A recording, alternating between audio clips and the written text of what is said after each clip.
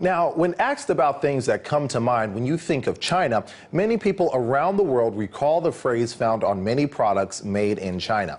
Well, according to a 2009 report from the World Bank, in the past 30 years, China's industry had a compounded growth rate of 15.6% in value-added manufacturing, which translates to bringing in almost 200 billion renminbi, or around $31 billion in 1980, and then bringing in 13 trillion renminbi, or $2 trillion in 2009.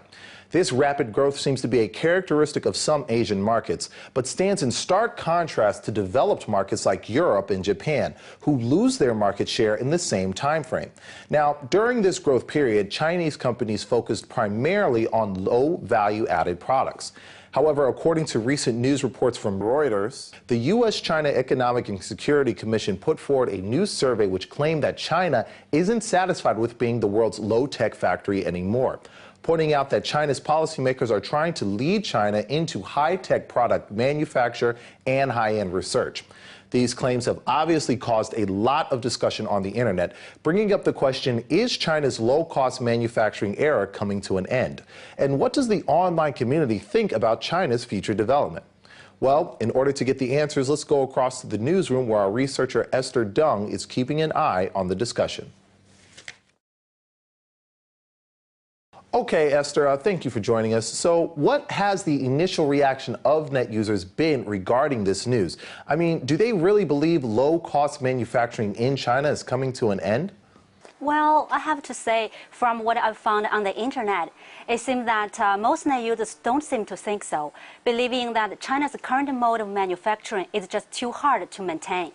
Like this poster who says, the real situation here isn't that China has entered a new era of manufacturing. It's the fact that the current model can't be sustained anymore.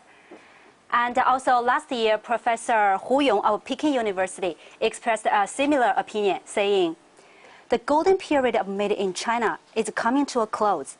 So what can we do now? I think if we can't transition from a system based on low prices to one on better quality, then the China manufacturing industry won't be in good shape. Okay, well, it seems as though the online community is taking somewhat of a glass half empty stance on this. Based on what you're telling me, it sounds like they really have a lack of confidence in the manufacturing industry. But why do you think that is? Is the online community really pessimistic towards China's manufacturing industry? Well, it's not like they aren't confident. They are just being cautious, and they have reasons to be. Earlier, in several provinces and cities like Wenzhou and Dongguan, both well known for being home to small and medium-sized manufacturing enterprises, factories have started closing down. And according to local reports, the main reasons were shrinking international demand and higher costs. So many users think the pressures these small and medium-sized manufacturing enterprises face now are huge. Like this poster from Sina.com saying, you see, if the enterprises only know how to copy and how to do work without being able to create, then this is the result. Well, some users also believe the quality is a point, saying, just like the milk scandal, if the quality of the product is bad, who would buy more? However, this poster from ftchinese.com thinks China's manufacturing industry won't be going anywhere soon, saying, I have no doubt that China is competitive in some niche markets with low prices and good quality products. But the question is, how long would such an advantage last? When prices can't be kept low, what advantage do we have? I think the technology and the entrepreneurial spirit are also very important.